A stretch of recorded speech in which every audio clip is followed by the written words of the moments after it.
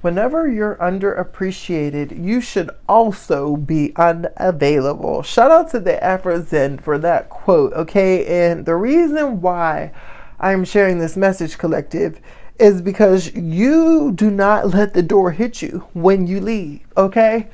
Like, that saying, don't let the door hit you when you leave, trying to be like, oh, I don't care if you go. Well, guess what? You don't care whether they care or not. Anytime that you don't feel welcome, anytime that you are not invited to the table, anytime that you feel like you're not being appreciated, guess what? You don't waste no time anymore, collective, getting to that door and walking out of it, right?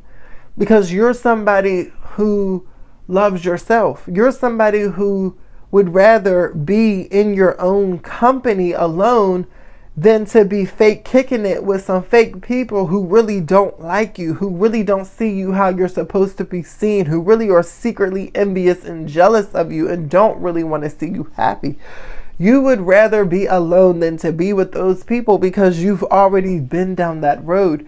You forced yourself into connections and group dynamics where some of these people did not like you and you knew it. You know what I'm saying?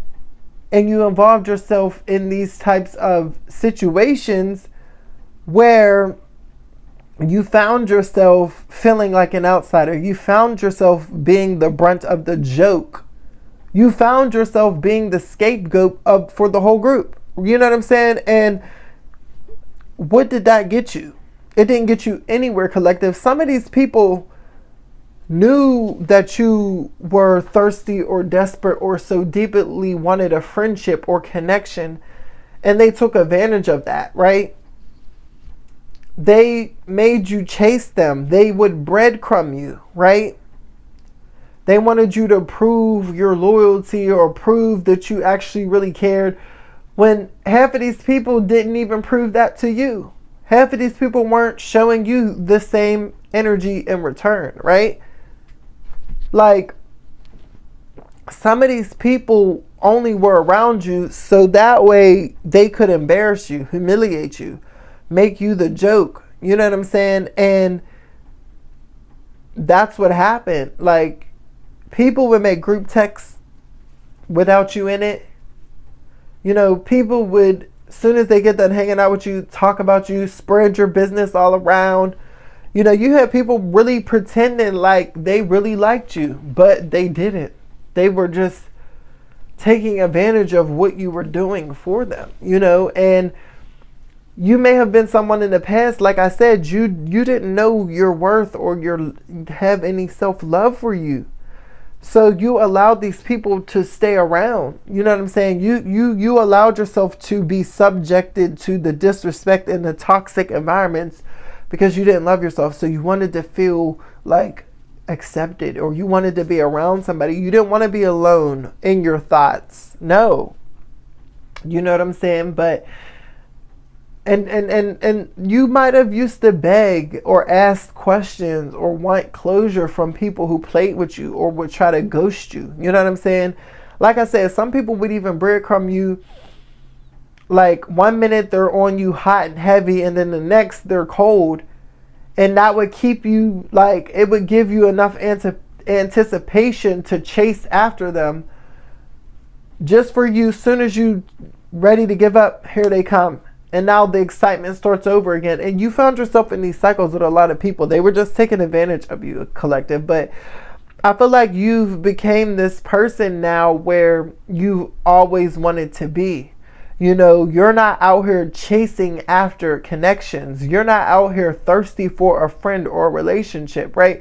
You're not out here begging to be liked or approved or accepted, right? If people reject you, if groups exclude you, then that's their loss. Literally, you know that you're a vibe. You know what you bring to the table now, collective. And that's the difference. Before, you didn't even know who you were or what you brought to the table or what you wanted out of life. But now you've got clear on that. You know what you bring to the table. They just were hoping, and they knew what you brought to the table, but they were hoping you didn't see what you brought to the table. They didn't want you to see your own worth, because once you did, they knew it would be over. And it was. It's over for a lot of these people, collective. Like, you are not playing at all, literally. You know what I'm saying? And that's the thing. They thought you were playing, or they thought that they could keep playing with you and keep taking advantage. And some people even tried to use that as a tactic, right? They tried to use you feeling like you were unappreciated or unloved. They tried to purposely do that and make you feel that way. They did that on purpose.